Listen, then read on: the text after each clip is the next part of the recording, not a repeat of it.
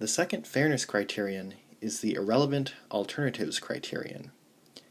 And this says, if a candidate wins an election, the winner should remain the winner in any update in which losing candidates withdraw from the race. On number 3, we are selecting the winner using the board account method.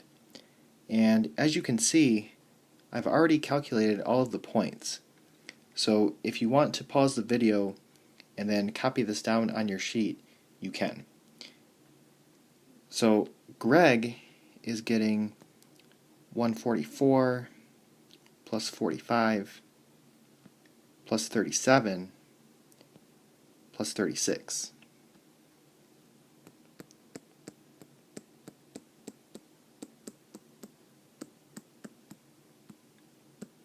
Which is 262. Hannah is getting 108 plus 60 plus 111 plus 24.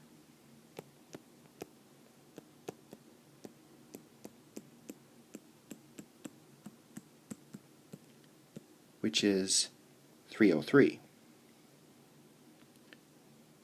Martha is getting 72 plus 30 plus 74 plus 48.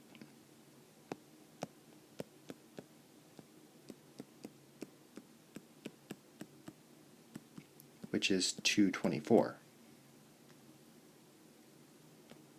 And then lastly, Nathan is getting 36 plus 15 plus 148 plus 12.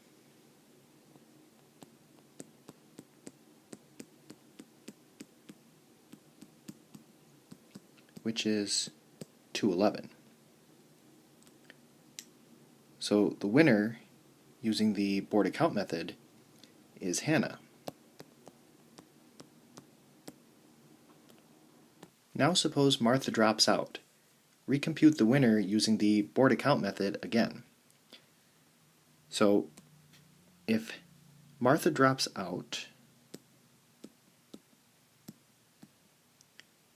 then in the preference table, any candidate that is underneath Martha needs to move up.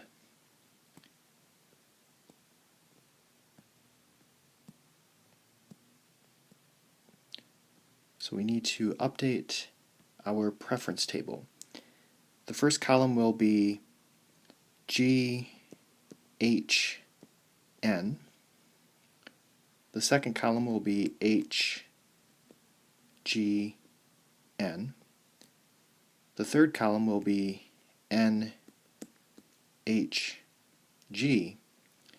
And the fourth column will be G, H, N. So the points will be 1 point for every third place vote, 2 points for every second place vote, and 3 points for every first place vote. So 36 times 3 is 108. 36 times 2 is 72. 36 times 1 is 36. In the second column, 15 times 3 is 45. 15 times 2 is 30. And 15 times 1 is 15. In the third column,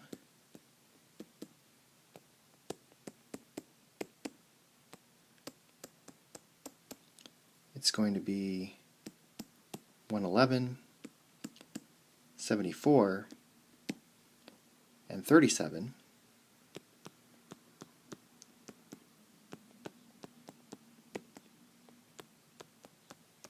And then in the fourth column, it's going to be 36, 24, and 12.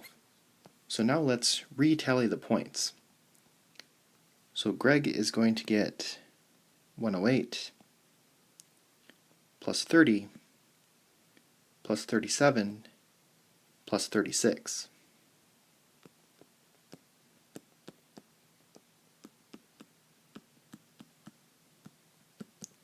Which is 211. Hannah is going to get 72 plus 45 plus 74 plus 24.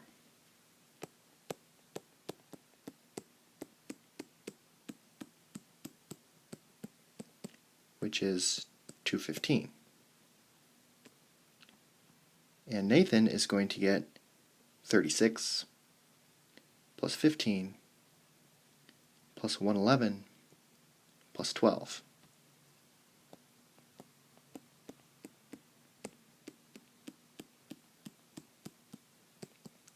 Which is 174. So the winner is Hannah. So does this violate the irrelevant alternatives criterion? The answer is no, because we got the same winner.